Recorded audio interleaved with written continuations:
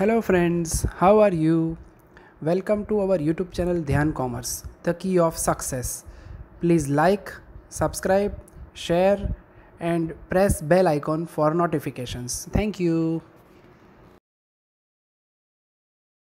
जय माता जी students. Last lecture में हमने एक बहुत ही इंपॉर्टेंट ग्राफ वाला सम किया था जिसमें AQL और LTPD की वैल्यू दी जाए और विदाउट कैलकुलेटिंग यानी बाय यूजिंग OC कर्व हमने ऑब्जर्व किया कि कैसे हम producer risk and consumers risk को ढूंढ सकते हैं। उसके बाद हमने 3 शॉर्ट नोट्स को भी ऑब्जर्व किया, ASN average sample number, AOQ यानी एवरेज आउटगोइंग क्वालिटी एंड उसके बाद हमने देखा ATI जैसे कि उसे कहा जाता है एवरेज टोटल इंस्पेक्शन। ठीक है, अब उसको समझने के बाद हाइपर ज्योमेट्रिक डिस्ट्रीब्यूशन में ये लास्ट टॉपिक ही है AOQ ATI की कैलकुलेशन करने वाला, ज़्यादा सम है नहीं इसके। उसके बाद पॉइसन डिस्ट्रीब्यूशन आज हम शुरू करने वाले हैं। ठीक है, तो एक जो सम है वो देखने वाले हैं। तीनों कर्व जो है ASN AOQ ATI कर्व वो हम पॉइसन के साथ में ही लेंगे। जैसा काम हमने हाइपर ज्योमेट्रिक में अब तक किया है, PA ढूंढा, फिर प्रोड्यूसर रिस्क कंज्यूमर रिस्क ढूंढा, फिर OC कर्व देखा, फिर उसके ऊपर से एस्टिमेशन किया producer risk consumer risk, same to same वही काम हमें पूरा करना होगा यहाँ पे पॉइसन डिस्ट्रीब्यूशन में भी। ठीक है, तो वो पैरेलल पार्ट जाएगा यानी concept wise the last concept है। उसके बाद सेम यही कॉन्सेप्ट्स को हम दूसरे डिस्ट्रीब्यूशन में ऑब्जर्व करेंगे। ठीक है, तो AOQ ATI ढूंढने वाला अभी हमें एक सम करना है। ठीक है, फिर हम जाने वाले हैं हमारे पॉइसन डिस्ट्रीब्यूशन में। सम नंबर 26 जो है क्वेश्चन में पूछा गया है, find AOQ and ATI for proportion defective 0.04। P dash की वैल्यू 0.04 दी गई है, सैम्पलिंग प्लान है 50 10 1। अब आगे हमने पहले लेक्चर में स्टार्टिंग में बताया था कि कब यूज़ करना चाहिए हाइपर ज्योमेट्रिक डिस्ट्रीब्यूशन एंड कब यूज़ करना चाहिए हमें पॉइसन डिस्ट्रीब्यूशन या बाइनोमियल डिस्ट्रीब्यूशन। तो यहाँ पे AOQ ATI का है, मगर दोनों के लिए हमें पहले चाहिए होता है प्रोबेबिलिटी ऑफ एक्सेप्टेंस यानी PA। तो सबसे पहला काम है कंपेयर करेंगे with capital N small n C and जब हमें कंफर्म हो जाए कि हाँ कैपिटल N 50 है, 200 से कम है या 200 है, तो हम यूज़ करते हैं हाइपर ज्योमेट्रिक डिस्ट्रीब्यूशन। सो पहले फॉर्मूला लिखेंगे हम, प्रोबेबिलिटी ऑफ एक्सेप्टेंस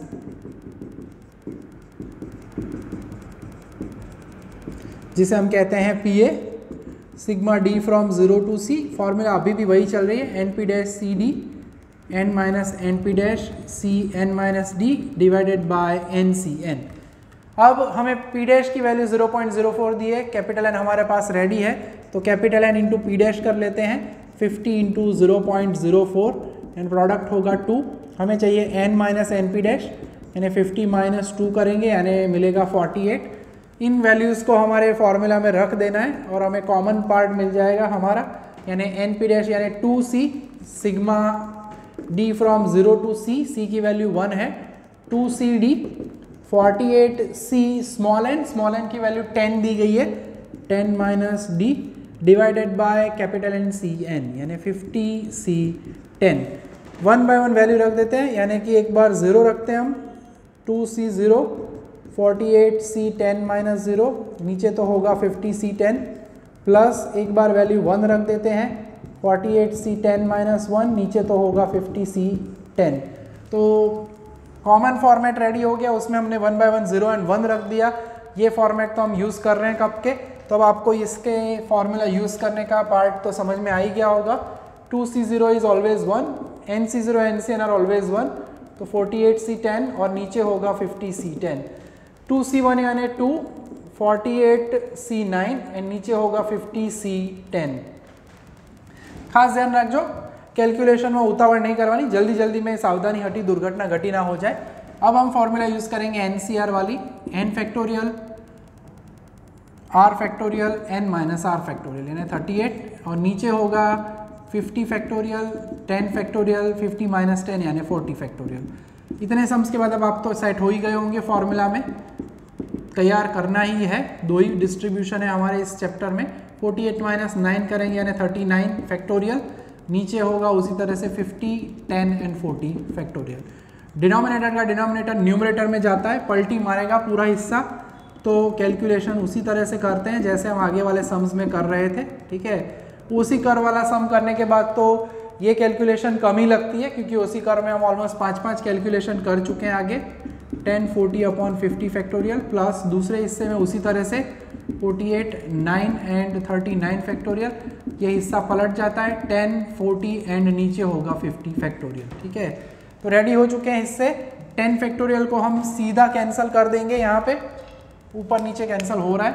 मैंने पहले भी कहा है कि यूज़ योर पेंसिल बहुत हेल्प करती है, क्योंकि यहाँ पे कन्फ्यूजन होता है कौन उड़ा कौन बचा, तो उसमें ये पेंसिल से किया हुआ काम हेल्प करता है। 40 से 38 तक जाना है, यानी 40 इंटू 39 इंटू 38 फैक्टोरियल। नीचे 50 से हमें 48 तक जाना है, 50 49 48 फैक्टोरियल। ठीक है, तो ये अल्टीमेटली कैंसिल हो जाएंगे।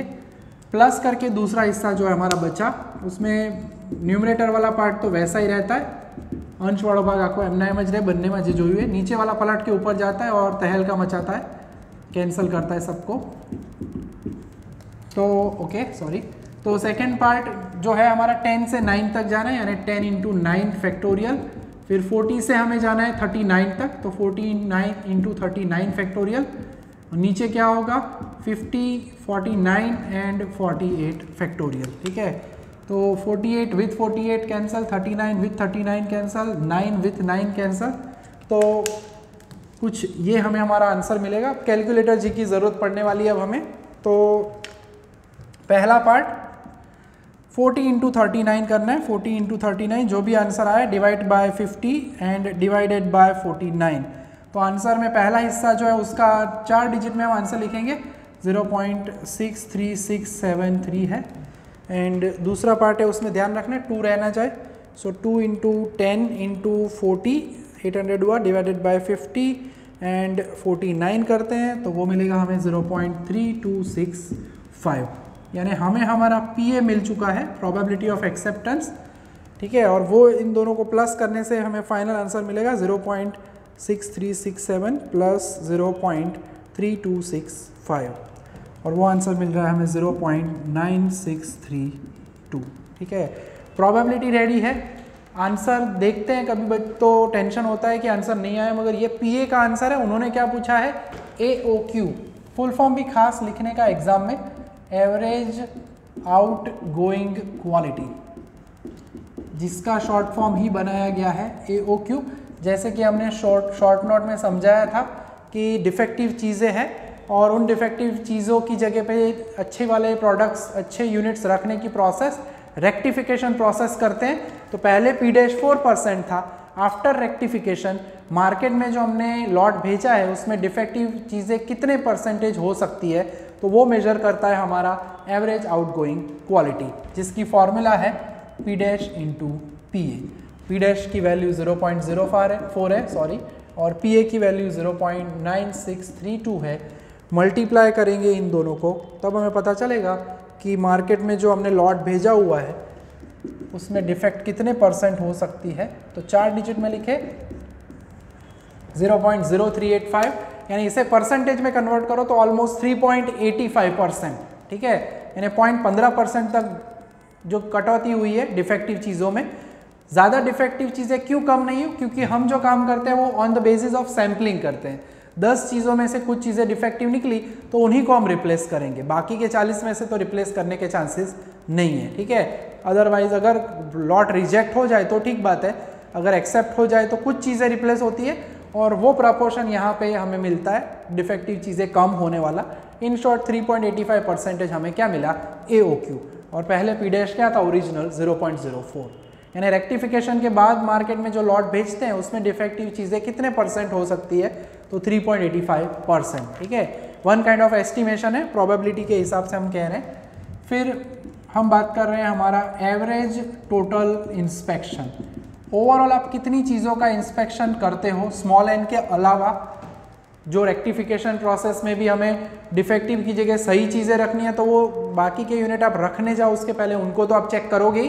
तो वो जो है यूनिट्स ऐड होते हैं हमारे स्मॉल n में, और उसी फॉर्मूला से रिलेटेड हमारा काम है। फॉर्मूला में यही है, स्मॉल n में क्या आप एक्स्ट्रा यूनिट्स कैलकुलेट करोगे, ऑब्जर्व करोगे, सैंपल कितने यूनिट्स एडिशनली आप इंस्पेक्ट करते हो वो पता चलता है ATI के ऊपर से। ओवरऑल कितने यूनिट आप चेक करते हो, इंस्पेक्शन करते हो, तो वो ATI के ऊपर से पता चलेगा। स्मॉल n की वैल्यू 10 है, 50 - 10 एंड 1 - 10 है, सो 1 minus 0.9632, so this is 10 plus this is 40 and 1 minus 0.9632 करते हैं तो वो होता है 0.0368। 0.0368 को अगर 40 से मल्टीप्लाई करेंगे तो 1.472 मिलता है हमें, 1.472। तो ATI की जो वैल्यू है वो हमें मिलेगी 11.472। तो ये जो है हम कह सकते हैं ऑलमोस्ट 1.47, यानी 2 यूनिट ही कह दो, ठीक है, 447 छोड़ो, तो 12 यूनिट जितना चेकिंग करना पड़ेगा अप्रॉक्सीमेटली, ठीक है। तो ये हुआ हमारा AOQ और ATI की कैलकुलेशन का काम। अब इसके बाद जो है आप ऑब्जर्व कर सकते हो उसमें कर्व पूछे, ग्राफ हैं, जैसे कि आप देख सकते हो इसके बाद वाला सम 27 जो है उसमें भी कर्व है, 28 में भी कर्व है, मगर वो बाकी के जो पार्ट है वो पॉइसन से रिलेटेड है। तो ASN AOQ ATI का पूरा काम कर्व वाला, ग्राफ वाला काम हम साथ में करेंगे।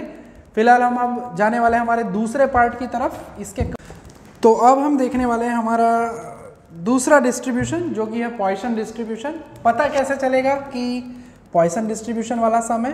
तो 90 नंबर के सम में आ जाओ, ठीक है। ऑलमोस्ट 13 से लेके 18 तक के ज़्यादातर सभी एग्जाम्पल्स हम कर चुके हैं, ठीक है, ऑलमोस्ट सभी। 90 नंबर में पता कैसे चला? तो सबसे पहले तो उन्होंने P डैश दिया हुआ है, P डैश 5% है यानी 0.05। प्लान दिया है हमें 1102, ठीक है। तो इसे हम कंपेयर करते हैं, comparing with capital N small n C। तो पता चलता है कि कैपिटल N जो है 1000 है, स्मॉल n 100 है और C की वैल्यू 2 है। और हमें पता है कि जब कैपिटल N ग्रेटर देन 200 हो, तो हम यहाँ पे देख सकते हैं n greater than 200, small n is greater than 30, तब हम यूज़ करते हैं हमारा पॉइसन डिस्ट्रीब्यूशन। यानी अब फॉर्मूला में परिवर्तन है। पहले लेक्चर में जब थियरी में समझाया था तब मैंने ये फॉर्मूला लिखवाई थी। तो प्रोबेबिलिटी ऑफ एक्सेप्टेंस, उसकी फॉर्मूला रहेगी PA sigma D from 0 to C e⁻ NP dash. और ये डिस्ट्रीब्यूशन भी हम आगे पढ़ चुके हैं हमारे यूनिट नंबर 2 के अंदर, ठीक है। So e⁻NP dash, NP dash raise to D, और हमें इस फॉर्मूला में वैल्यू रखनी होगी n इंटू P डैश करना है खाली। कैलकुलेशन के नाम पे बहुत ही कम काम करना पड़ता है। जब आप हाइपर ज्योमेट्रिक पढ़ के आते हो डिस्ट्रीब्यूशन और फिर पॉइसन करते हो तो आपको बहुत ही रिलैक्स फीलिंग आती है। क्यों? मैं लाइव समझाता हूँ एग्जाम्पल के साथ। आंसर देख के खुश हो जाते हैं सभी बच्चे। D from 0 to C, C की वैल्यू 2 दी गई है, e⁻⁵, 5d upon D factorial. 1 by 1 हमें 0 रखना है, 1 रखना है, 2 रखना है, 0 0। आगे जो हम डिस्ट्रीब्यूशन करते थे सेकेंड चैप्टर में, उसमें तो क्या था, x लिखा होता था। बाकी फ़र्क क्या है यहाँ पे x की जगह पे D दिया गया है, बाकी कोई चेंज नहीं है। D की जगह पे हमें 1 बाय 1 रखना है, एक बार 0 रख दिया, प्लस D की जगह पे एक बार 1 रख दिया एंड D की जगह पे एक बार 2 रख दिया। अब आगे का काम आसान है, हम आगे करते थे पॉइसन में। पहले कॉमन निकाल लेने का, e⁻² वाला जो भी हिस्सा दिया जाए, तो e⁻⁵ common, 5⁻0, anything raise to 0 is always 1, 0 factorial यानी 1, 5⁻1 यानी 5 डिवाइडेड बाय 1 फैक्टोरियल यानी 1, 5 स्क्वायर यानी 25 डिवाइडेड बाय 2, ठीक है। सो e⁻⁵ की वैल्यू के लिए इधर आप टेबल यूज़ कर सकते हो या फिर ब्रैकेट में दिया ही जाता है। और अब हम कैलकुलेटर जी का इस्तेमाल करेंगे।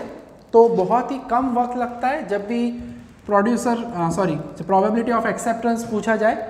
जनरली पॉइसन के सम में प्रोड्यूसर्स रिस्क, कंज्यूमर्स रिस्क वाले सम साथ में ही पूछे जाते हैं, क्योंकि इसकी लेंथ जो है कंपैरेटिवली बहुत कम है।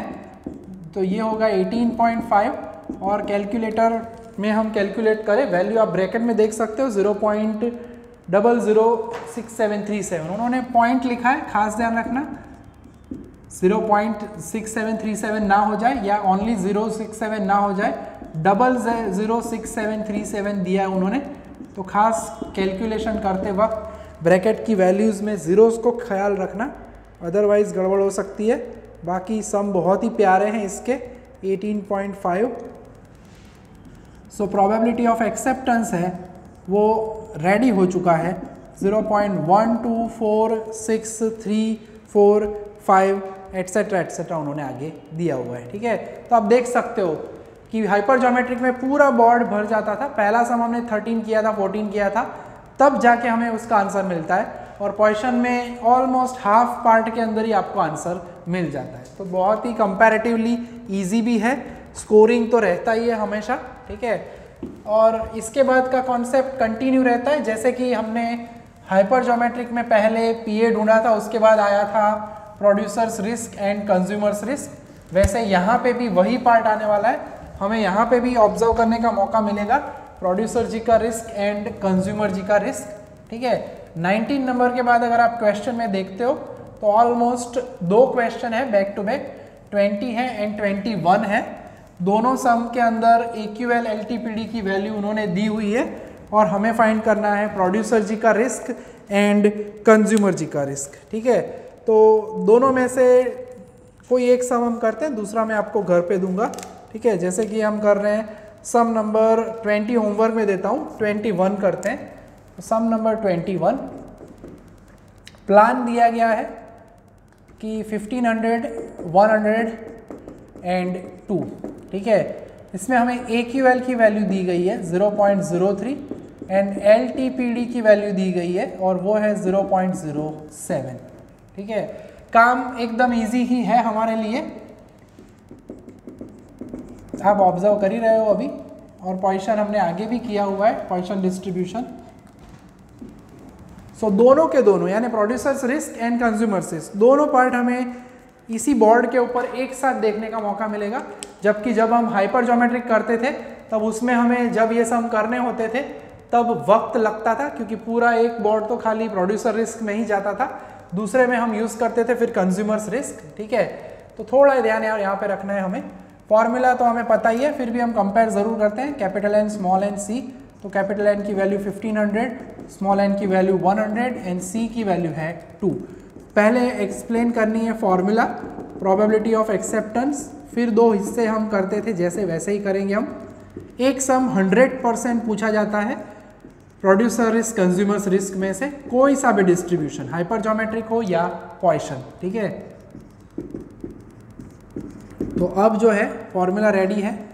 नंबर 1 के बारे में बात कर लेते हैं हम। पहला हिस्सा यानी प्रोड्यूसर जी का रिस्क, प्रोड्यूसर्स रिस्क, जिसे हम अल्फा कहते हैं। अल्फा यानी 1 माइनस PA। ठीक है, 1 माइनस PA, इसके लिए हमने कहा था when the quality level is of AQL acceptable quality level हो एंड लॉट अगर रिजेक्ट होता है तब यूज होता है हमारा प्रोड्यूसर्स रिस्क, तब आता है प्रोड्यूसर जी को रिस्क। तो n इंटू पी डैश कर लेते हैं। n की वैल्यू हमारे पास 100 है, 0.03, प्रोडक्ट होगा 3। तो वैल्यू रखते हैं PA is equal to sigma D from 0 to C। C यानी यहाँ पे 2 दिया गया है, ध्यान से देख लेने की वैल्यू C की, e raise to minus 3, 3 raise to D upon D factorial. ठीक है, अब वैल्यू जो है वो हम रख देते हैं 1 बाय 1, एक बार 0 then 1 then 2, 3 raise to 0, 0 factorial, p raise to minus 3, 3 raise to 1, 1 factorial. खाली d की जगह पे 0 1 2 रखना है, बाकी एकदम इजी काम है हमारा, अपॉन 2 फैक्टोरियल। ब्रैकेट करने का कॉमन निकालो, e raise to minus 3, Poisson वाला पार्ट पहले कर चुके हैं उस वजह से ये हमें इजी लगता है calculation. Raise to 0 is always 1, 0 factorial is 1, this is 3 by 1, 9 by 2। So e raise to minus 3, जिसकी वैल्यू भी ब्रैकेट में उन्होंने दी होती है, एग्जाम में भी देते हैं, टेंशन नहीं करना है, 0.0498, और ये जो है वो होगा 1 प्लस 3 प्लस 4.5। इसकी वैल्यू नीचे वाले स्टेप में हम रख देते हैं। ठीक है, तो फॉर्मेटिंग थोड़ा बेटर रहता है, 1 plus 3 4.5 and now it is 8.5, और यहाँ पे वैल्यू रखते हैं 0.0498। और अब हमें हमारे कैलकुलेटर जी की ज़रूरत पड़ने वाली है, तो 0.0498 इंटू 8.5, सो PA की वैल्यू मिल गई हमें 0.4233। PA रेडी हो गया। देयरफॉर प्रोड्यूसर जी का रिस्क, ध्यान रखना है, भूलना नहीं है, कभी कभी जल्दी जल्दी में अल्फा ढूंढना का रह जाता है। 1 माइनस 0.4233, 1 माइनस करते हुए अल्फा की वैल्यू हमें मिली 0.5767। तो ये हमारा पहला काम खत्म हो गया, प्रोड्यूसर जी का रिस्क आ भी गया। अब हमें जाना है दूसरे हिस्से में, कंज्यूमर्स रिस्क में जाना है, ठीक है। तो अंदर आंसर 5768 दिया है, इट इज़ ओके। दूसरा पार्ट है कंज्यूमर जी का रिस्क, और कंज्यूमर्स रिस्क की फॉर्मूला भी हमें पता ही है, जिसमें हम कहते हैं beta is equal to P A, और इसके लिए हम लेते थे L T P D. L T P D की वैल्यू को आप पी डैश लोगे, 0.07 दिया है, और हम मल्टीप्लाई कर लेते हैं, वैल्यू रख देंगे फिर N P dash 100 into 0.07, product क्या आएगा 7। Therefore P A is equal to sigma D from 0 to 2 E raise to -7। Simple काम है, क्वेश्चन में तो कोई प्रॉब्लम ऑलमोस्ट किसी को नहीं होता, होना भी नहीं चाहिए। वैसे कोई भी डिस्ट्रीब्यूशन में रेगुलर आप काम करते हो तो आई थिंक प्रॉब्लम नहीं होता है। 1 by 1 तीनों वैल्यू रख देते हैं हम अब। E raise to -7, 7 raise to 0, 0 factorial, e raise to -7, 7 raise to 1, 1 factorial, e raise to -7, 7 raise to 2 upon 2 factorial. So e raise to -7 निकालेंगे, anything raise to 0 is 1, 0 factorial is 1, 7 by 1, 49 by 2। सो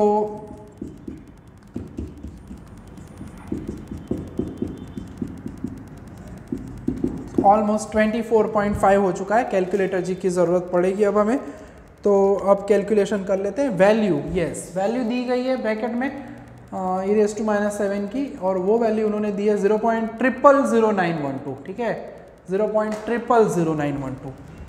सो 0.000912 जो value वो bracket में देते हैं वही value इस्तेमाल करना, ठीक है। और बाकी जो है 32.5 के साथ मल्टीप्लाई करेंगे इनटू, सो मल्टीप्लाई करते हुए 0.000912 इंटू 32.5 जो है वो हमें मिलता है 0.02964। तो ये मिल गया हमें हमारा P A, probability of acceptance. 4 digit 0 के बाद लिखें, अगर आप 0.0296 लिखते हो तो भी वैसे कोई प्रॉब्लम नहीं है। और अब हम फाइनली हमारा इस क्वेश्चन को कंप्लीट करते हैं। आंसर आ चुका है हमारा कंज्यूमर जी का रिस्क, कंज्यूमर्स रिस्क कहेंगे जो कि बीटा होता है, beta is equal to P A, यानी हमारा जो आंसर है वो होगा 0.02964। तो आप यहाँ पे कंपेयर कर सकते हो, ऑब्जर्व कर सकते हो कि कितनी जल्दी हमारा ये सम खत्म हो गया। कहाँ हमारा हाइपर ज्योमेट्रिक वाला सम होता था जिसमें 2 पार्ट कंप्लीट करने के लिए आपको ऑलमोस्ट 2 पेज की ज़रूरत पड़ती थी। बोर्ड के हिसाब से मुझे 2 बार बोर्ड में लिखना पड़ता था, तो कंपैरेटिवली इजी है। और ज़्यादा से ज़्यादा बार मैक्सिमम टाइम्स ये पूछा गया है पॉइसन डिस्ट्रीब्यूशन वाला AQL LTPD वाला पार्ट। हाइपर ज्योमेट्रिक में पूछते हैं तो कभी कभी ओनली कंज्यूमर्स रिस्क पूछ ले या ओनली प्रोड्यूसर्स रिस्क पूछ ले, ऐसा भी होता है एक हिस्सा, लेंथ थोड़ी ज़्यादा होने की वजह से। मगर 7 मार्क्स में वो भी पूछ सकते हैं दोनों, और ये भी पूछ सकते हैं दोनों, ठीक है। तो आज के लेक्चर में हम यहाँ तक लेक्चर के सम देख रहे हैं। होमवर्क की अगर बात करें तो एक सम जो अभी मैंने कहा जैसे कि 20 नंबर का, उसे आपको करना है, और 2 इलुस्ट्रेशन है जो हम खास देखेंगे, जिसमें एक तो अभी हमने जो देखा AOQ ATI वाला काम आपको करना है। इलुस्ट्रेशन नंबर 5 पॉइसन वाला सम है जो अभी हमने आगे PA ढूंढने वाला किया, एंड इलुस्ट्रेशन नंबर 14 है वो आपको करना है। यानी 2 सम आप करोगे तो इट इज़ सफिशिएंट, ठीक है। बाकी एग्जाम्पल्स में इलुस्ट्रेशन में आप देख पाओगे AQL LTPD वाले इलुस्ट्रेशन दिए हैं हमारे पॉइसन में, इलुस्ट्रेशन 7 भी है और पीछे भी दिए गए हैं 2-3। अगर आप करना चाहो प्रैक्टिस तो वो भी कर सकते हो, या यूनिवर्सिटी पेपर्स जो है, जो आपके पास पेपर सेट है उसमें से आप सम करते रहना हर एक यूनिट वाइज, ताकि आपकी प्रैक्टिस भी होती रहे। कुछ डाउट हो तो आप श्योरली पूछ ही सकते हो, ठीक है। तो आज के लेक्चर में हम यहाँ तक रखने वाले हैं। दिसंबर एंडिंग तक एग्जाम आने वाली है, ऐसा एकेडमिक कैलेंडर है, फाइनल डेट्स नहीं आई है, मगर प्रिपरेशन करते रहो, क्योंकि हमारे अकाउंट स्टैटिस्टिक्स के सब्जेक्ट के अलावा बाकी भी सब्जेक्ट्स है, ठीक है। बिलो है बिजनेस लॉ, इकोनॉमिक्स है, मैनेजमेंट के सब्जेक्ट है, वो सभी भी तैयार करना, ठीक है। नवंबर एंडिंग तक थोड़ा सा रीडिंग किया हो तो फिर दिसंबर में वो डेट दे दे कोई भी, 20 तारीख 25 तारीख वॉटेवर 15 तारीख, तो टेंशन रहता नहीं है। फाइनल डेट्स का अभी कोई अनाउंसमेंट हुआ नहीं है फिलहाल अप टू द डेट, ठीक है।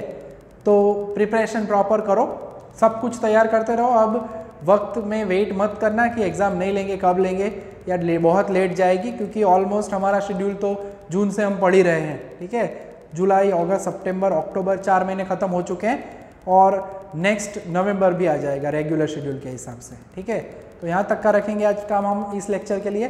जय माता जी, थैंक यू।